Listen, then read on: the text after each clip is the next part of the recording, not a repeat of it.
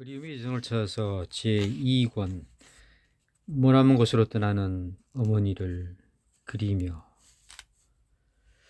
어머니의 허리는 이미 바닥에 붙어있어 들어가지를 않았다. 그러면 돌아가신 것인가? 광명시 형에게 전화한다. 형의 처가에 가 있는데 거리가 너무 멀어 바로 올 수가 없는 상황이라고 한다. 창원 누이에게 전화를 하고 목소리가 떨리고 많이 놀란 것 같다. 부산 누이에게도 전화를 하는데 거리가 너무 멀다. 병원은 광명 성해병원으로 모시라고. 형이 주문을 한다. 네가 모셨다고 네 마음대로 장례를 치르면 안 된다고 했는데 그때는 그 이유를 몰랐다.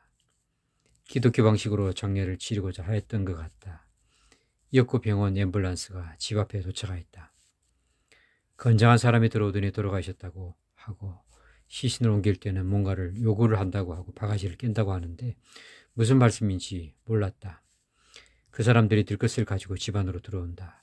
무슨 짓을 하는 것인가 몹시 당황스러웠다. 어머니를 들것에 옮기시고 흰 천으로 얼굴까지 덮는다. 순식간에 이루어진 일이다. 이내 어머니는 앰뷸런스 뒤에 옮겨지고 나는 앞자리에 앉는다. 무슨 이런 일이 벌어지는가 생각할 틈도 없이 차량은 금방 영동대교 북단에서 남단으로 향한다. 눈은 점점 많이 내리는데 순간 영동대교 남단 옆을 보게 되고 알지 못하는 철새가 날고 있었는데 이 세상에서 가장 슬프게 보였다. 지금도 그때의 기억은 생생하다. 어떻게 내가 어머니를 흰천으로 덮고 나는 앞쪽에서 차를 타고 간단 말인가.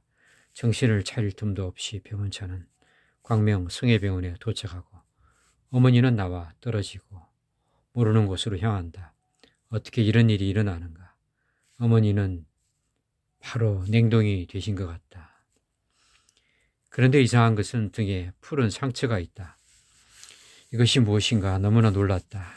누군가에게 알아보니 생전에 어머니가 계실 때 누군가 성수동에 와서 돈봉투를 집어던지고 등을 쳤다고 한다.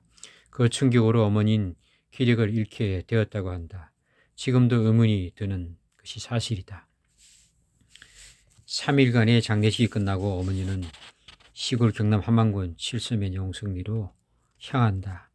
형이 다니는 교회 신도들도 같이 오는데 관광버스에 꽉 찬다. 바깥 앞에서 노제를 지내고 공동묘지를 향한다. 원래 형이 사놓은 땅에는 동네 사람들이 반대하여 들어가지 못한다고 한다. 이었고 어머니는 삶과 죽음을 갈라놓는 땅속과 땅 밖으로 나뉜다. 제사를 지내는 여부를 여러 친척들 앞에서 이야기하고 친척들의 질의가 있었고 긍정적인 의견을 듣게 된다. 어르신의 판단하에 급히 서울로 올라오게 된다. 이제 어머니가 계시지 않는 성수동 집은 무척이나 빈집 같았다. 퇴근 후 집에 가면 누군가 지켜보고 있는 듯한 숨는 느낌은 계속되었다. 누군가는 어머니 혼이 아직 집에 계신다고 하신다. 진혼제를 지내게 된다. 이는 이승과 저승을 가르는 시기다. 이식을 마치고 나서 집에 가니 그런 느낌은 없었다. 눈에 보이는 것이 다가 아니다라고 누군가는 말한다.母친이 돌아가시고 돌아오는 음력 7월 백중이 되었다. 선친제 지난 내가 지내면 어떨까? 조심스럽게 아내에게 말을 꺼내본다. 아내도 동의를 하고 선친 모친 제사를 이때부터 지내게 된다.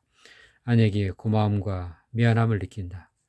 첫 선친 제사를 지낼 때는 제사상을 차려놓고 잠깐 잠이 들었는데 선친이 꿈에 나타나셔서 팔을 심으셨는데 너는 내가 하던 대로 하면 된다 라고 하신다. 그래서 확신을 가지고 지낸 것이 벌써 24년째 제사를 지내고 있다. 비록 몸은 힘들지만 마음은 편하다. 조상님을 모시니 좋은 일이 많이 생겼었다. 조상님께 감사를 드린다. 아쉬운 점은 모친께서 조금만 더 오래 사셨으면 아파트에서 같이 지낼 수 있을 텐데 좋은 곳에 가셨으리라 믿는다. 다시는 봄이 오지 않을 것 같았는데 계절이 수십 번이나 바뀌어 다시 또 봄은 찾아온다. 그리움의 유승을 찾아서 이야기는 계속됩니다.